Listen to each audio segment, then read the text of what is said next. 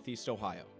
Let us fight for the promise of our future. What you need to know about Waltz and Vance as VP picks before the debate tomorrow.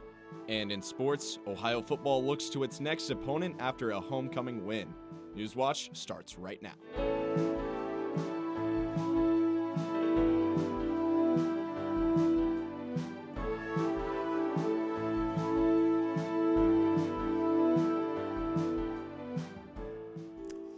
Remnants of Hurricane Helene brought severe wind, bringing down trees and even power lines. Thank you for joining us. I'm Alex Mwali. And I'm Reese Thompson. Welcome to Newswatch. Our weather forecaster, Isabel Isco, joins us with the latest updates on the tropical storm. Isabel.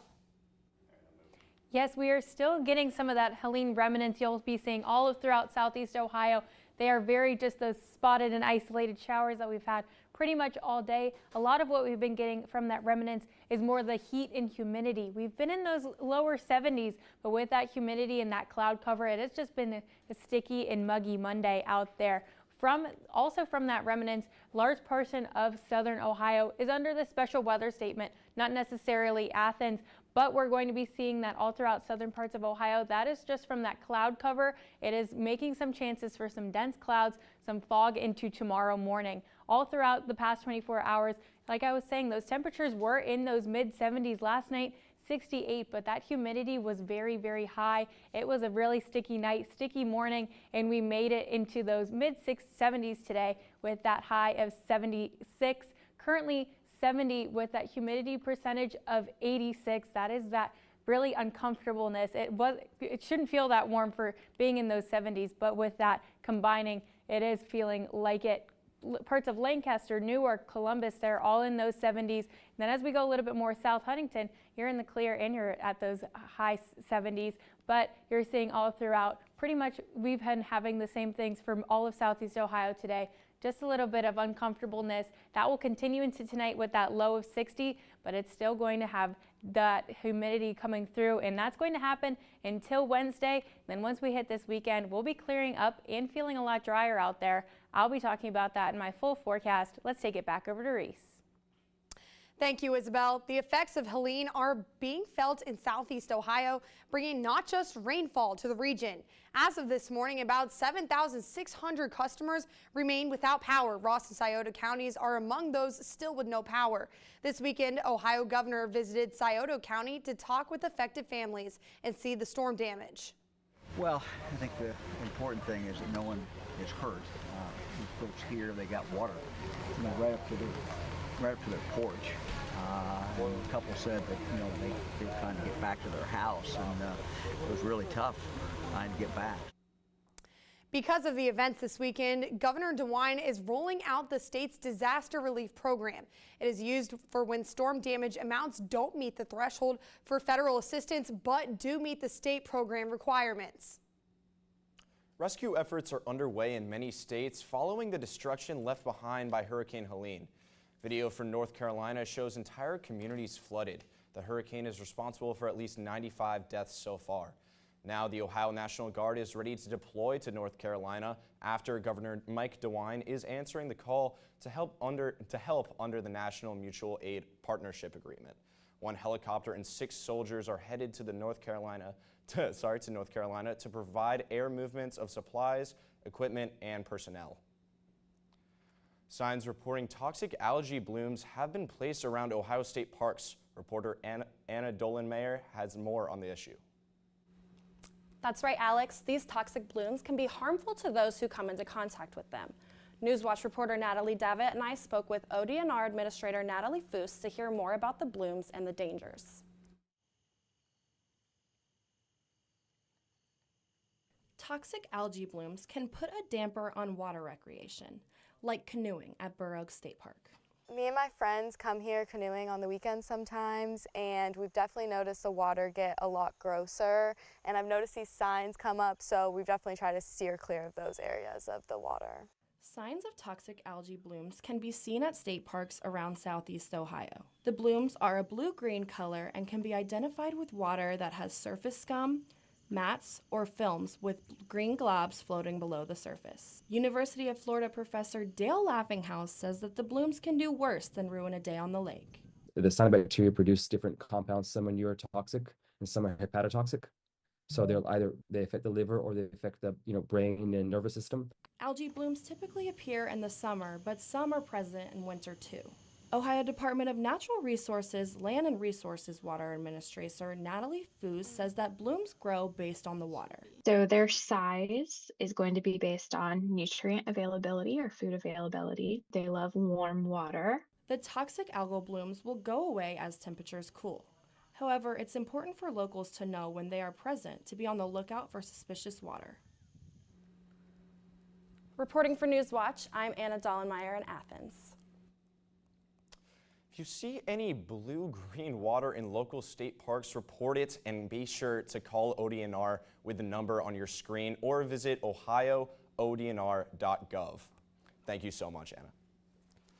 Now, moving on, settlement checks for East Palestine residents are delayed after an appeal of federal judge's decision. Judge Benita Pearson signed off on the $600 million settlement last week for Norfolk Southern's train crash that devastated the community last year. The settlement offers up to $70,000 for property damage and up to $25,000 for injuries for people who lived within 2 miles of the crash. The plaintiff's attorneys wanted to send the first settlement checks out by the end of this year, but now expect them to be delayed by at least 6 to 12 months. Minimum wage workers in Ohio can expect to pay a pay raise.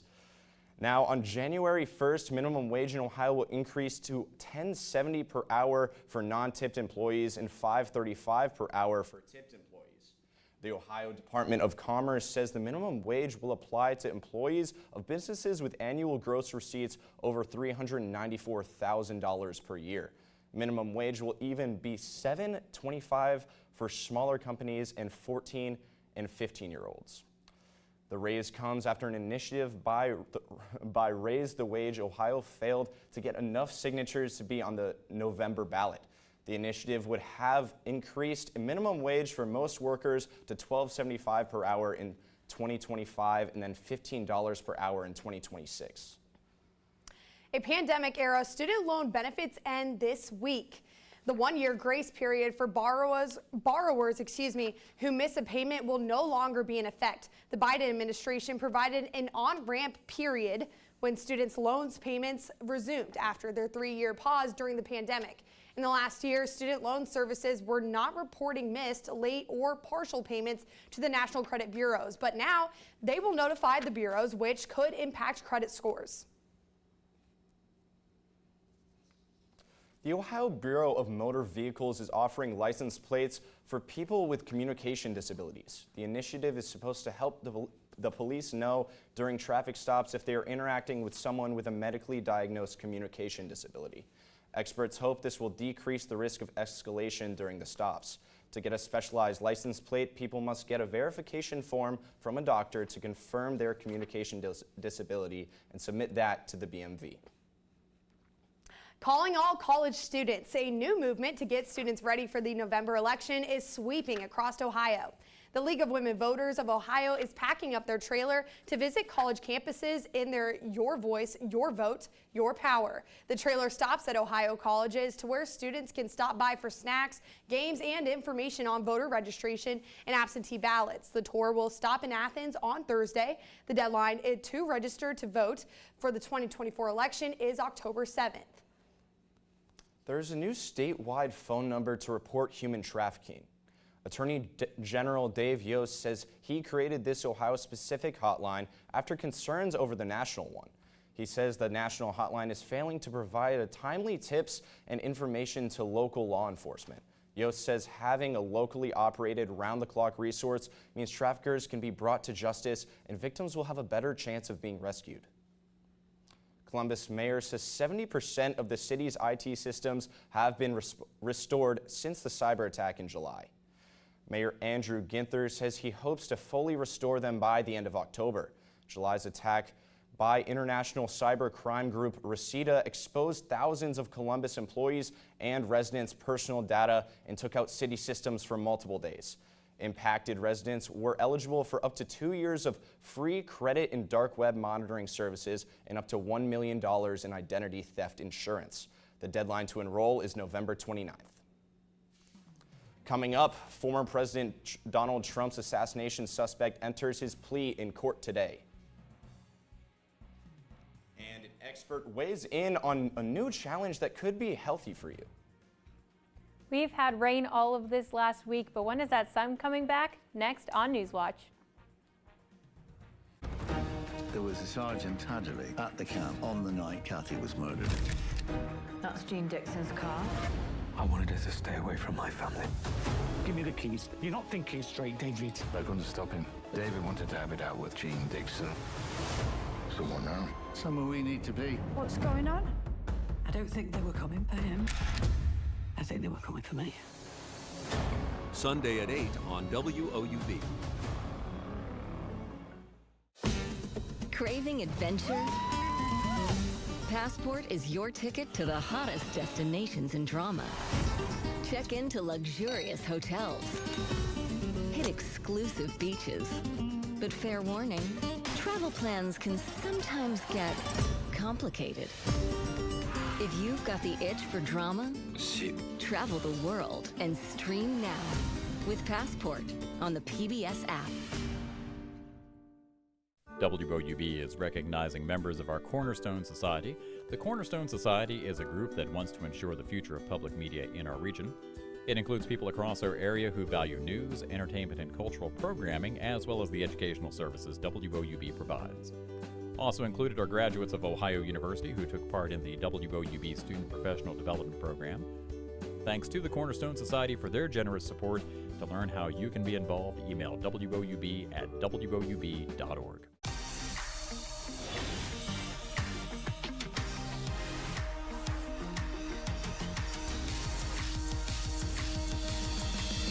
It's in our blood. It is living your culture to create. The soul, that energy, it's me.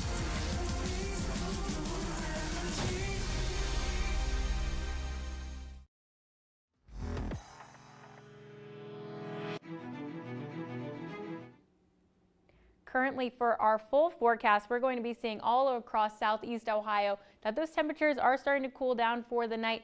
Athens 70, Zanesville 68, and then we're seeing in Columbus and Springfield going to have about the same temperatures, but some of that rain is starting to come down. We're having these scattered showers that we've had all throughout the day. Parts of southwest Ohio are getting a little bit more rain than here in southeast Ohio, but Jackson, you might be seeing a couple sprinkles out there currently. Athens tonight, there is a good chance, 20% chance for those rain showers. That is later in the night, and if you do have those sprinkles, it's not going to be anything too intense, just going to have a couple sprinkles to damper on your Monday night. With that overnight low of 60, there is a good chance for tomorrow morning and into later tonight that we'll have a little bit of fog out there. So definitely during that very early commute, watch out if you're having some fog out there. 12 hours ahead, we're still going to be under a little bit of this low pressure system combined with a little bit of a warm front. That's what we're feeling whenever we're having this higher humidity and having that little bit of stickiness in the air. That's going to continue into tomorrow, but we do have a lifesaver coming, a little bit of a cold front, some high pressure moving into the area for later in the week. That'll be cooling our temperatures down, not making it as humid and making it feel a little bit more fall-like out there. 24 hours ahead is whenever these systems kind of come together, and we're going to be having a little bit more cloud cover in that later afternoon, a little bit higher chance for some rain out there. Very, very small though, and it's going to be humid right before we get hit with a little bit of that cold air. This high pressure, it's going to be clearing us up once we get to Wednesday and later into the week. We're seeing tomorrow that just that 20% chance of showers possible. Temperatures very similar to today, but our temperature low a little bit cooler from this cold front.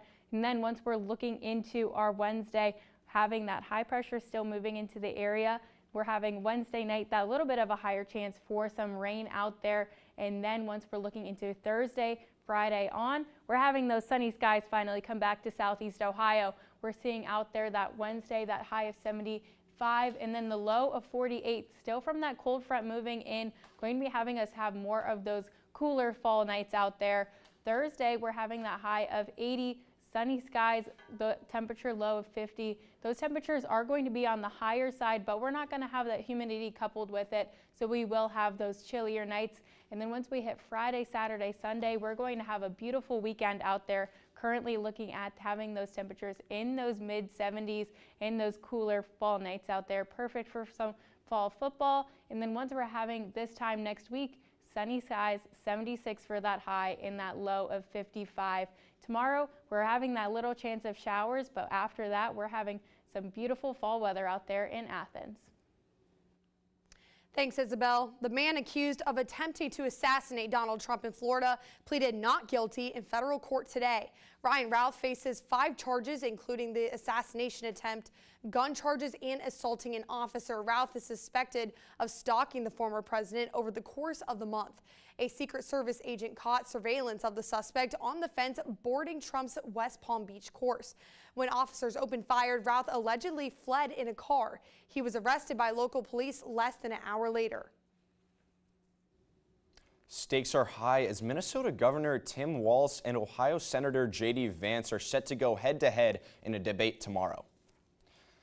As to how these two candidates were selected, former President Donald Trump built suspense before selecting J.D. Vance as his nominee close to the deadline. Vance was selected for his competitive nature and drive to keep the MAGA slogan alive. For Vice President Kamala Harris, she was quick to choose Tim Walz as her running mate. Governor Walz, the reason why it's smart pick, the reason why he was picked is to bridge that cultural divide, to reach out to constituencies that the Democratic Party's had problems, reaching. Tim Walz has a background in teaching and football coaching, as well as an almost 20-year political history serving in Congress and as governor. New federal data suggests migrant crossings at the U.S.-Mexico border are at an all-time low. This follows after President Joe Biden's executive action that was announced in June. September marks the 3rd month of decline since the action went into effect.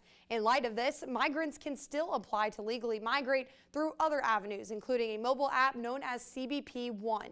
U.S. Customs and Border Protection processes nearly 1,500 appointments daily. Immigration remains one of the top issues for voters in the presidential election. October usually means pumpkins, scary movies, and costume parties, but for some, it is also a chance to cut back on drinking. Sober October is a 31-day challenge to take a break from alcohol. Experts say alcohol can have negative impacts on gut health, which can later lead to other health problems later on. There is good bacteria and bad bacteria. Alcohol kills the good bacteria. It upsets this balance, causes issues with digestion, and it can also affect the liver. Morales says drinking less can improve sleep, energy levels, and lower risk of certain cancers. For those looking for alcohol alternatives, experts recommend mocktails, water, or a smoothie. Next in sports, Ohio football got the homecoming win. Catch the highlights from the game and hear from head coach Tim Albin. And one of our final looks at weather, how those sunny fall skies are coming back into Ohio. Uh-oh. This is a very risky situation. We just have not seen this number of animals together. Wow. Amazing. I've never seen a leopard hunting like this before. A solitary buffalo could kill a lion. The stakes are even higher now with the cubs here. They're coming, they're coming. Oh, my heart is beating. The prey is chasing the predator.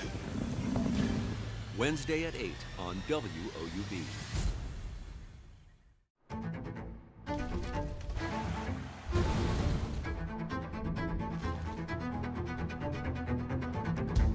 Our world is transforming before our very eyes, and we need to be ready. So join me in the lab and in the field to discover the latest science about our changing weather and climate and how a better future is within reach. Join me for Weathered.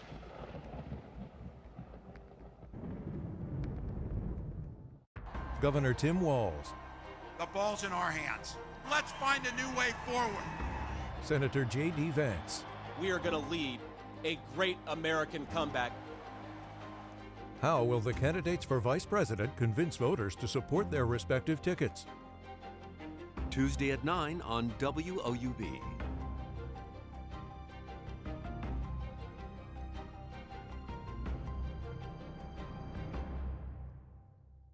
Most Most Americans have no idea they are not voting for the candidate they think they're voting for. Rather, they are voting for a slate of electors.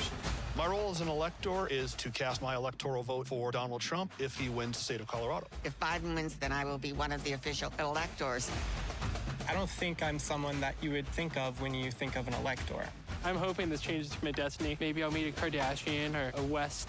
Tonight at 9 on WOUB.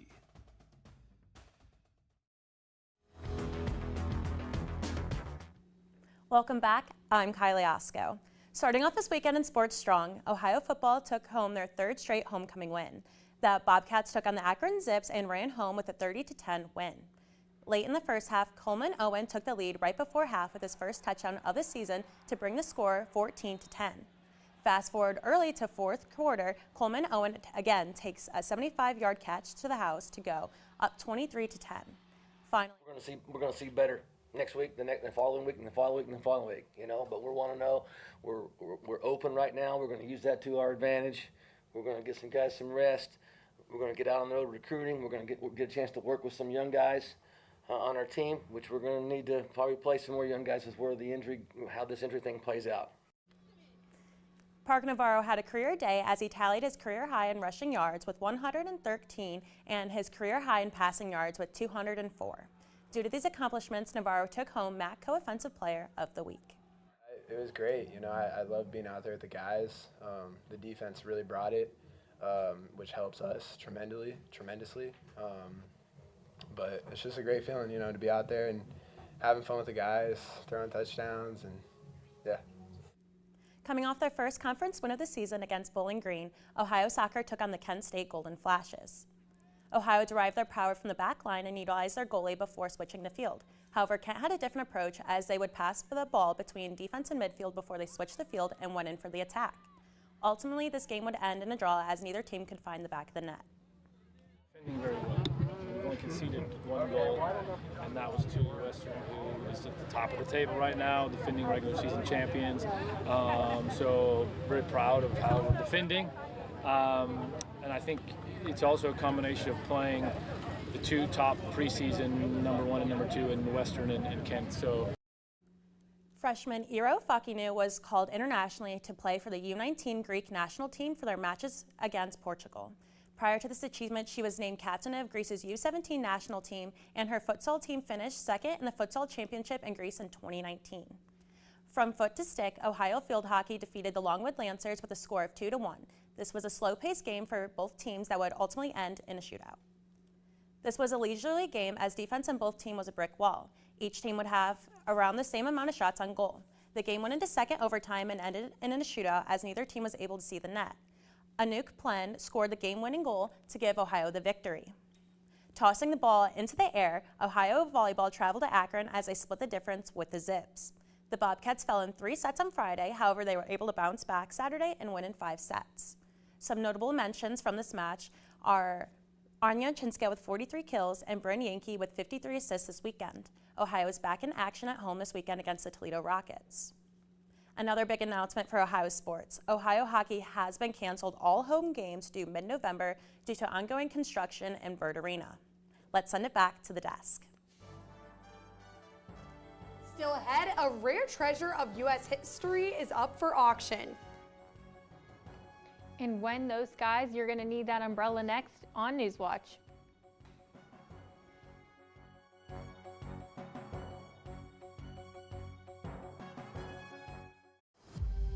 This is you on the cusp of your next chapter. It's a passageway into something new. It just seeps into you. It's a groundbreaking moment. We can make it ours. We're coming out hot. We're starting here. It's definitely going to be a treat for their palate. What a story. She had the imagination of a genius. Each time I go up there, it's the sense of newness. 3, 2, 1. Showtime. We're all running. It's beautiful. Cherish every moment. Continue to laugh. We hope you'll join us. There is no going back. time for a new beginning.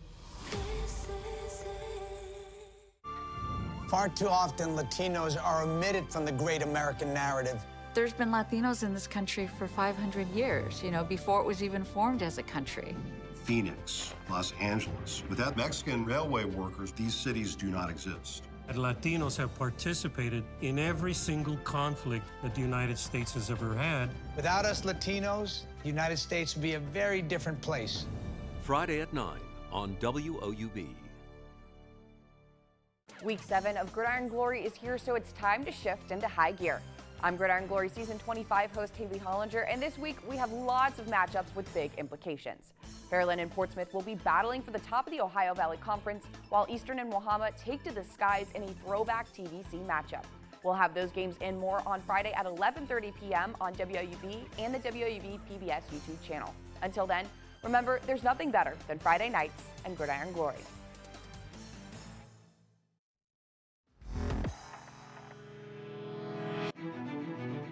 A rare copy of the United States Constitution is now on the auction block. It's a printed original from 1787, one of the first copies of the U.S. Constitution that Congress sent to the 13 colonies for ratification. An appraiser discovered the historic document in a filing cabinet at the Hayes Plantation in Edenton, North Carolina.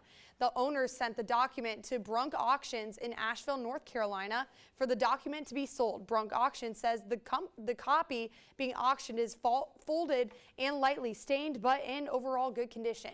The opening bid is $1 million. Startling new images reveal how Brazil's historic drought is affecting the world's largest river, the Amazon. Several rivers that feed into the Amazon are experiencing record low water levels. Ships have been left stranded and vast areas of sand are visible where water once flowed. Marine biologists say dolphins have already started dying, like last year when 200 dolphins were found dead in a lake during the drought. Brazil is enduring its worst drought on record. Many experts blame an unusually hot Atlantic Ocean and an intense El Niño weather season. Earth now has a second moon, at least for a while. A newly discovered asteroid is joining the Earth's orbit. Scientists call it a mini-moon. They estimate it's only about 37 feet in diameter, but more observations are needed. The mini-moon is expected to orbit the Earth starting Sunday, going through November 25th. That's when the space rock will return to a heliocentric orbit, which is an orbit around the sun. Scientists say the asteroid is more than 2.5 million miles away and is not in danger of colliding with Earth. Well, hey, as long as it keeps its distance, yes. I'm all right. I think that's completely exactly. fine. I always have these crazy ideas in my head. I'm like, what is the possibility of a moon just falling? I mean, it's not, but no. There's always anything space kind of freaks me out, and especially knowing that it's even that close to be moon level is stay away. The fact that it's staying that long too is a little bit nerve-wracking, but it's kind of cool. Of course. Well, that does it for our broadcast. Wait, are we? Well, I'm going to take it over to weather for tonight. We're going to be having our special weather statement currently in southern Ohio. That is just from those dense clouds throughout southwest Ohio. And then our 7-day outlook. Sunday we'll be able to see that moon, hopefully, and we're having that with those clear skies that are coming into our area on Thursday going into the rest of next week. Tomorrow morning you might need that umbrella just with that 20% chance of showers, but then once we hit Wednesday, we're going to have those partly sunny skies. Those clouds start to move out of our area, and then for the rest of the week, we're going to have sunny skies. Those temperatures a little bit on that higher side, but those cool fall nights are on their way. I tried to cut Isabel off for a second, but thanks for our broadcast this evening.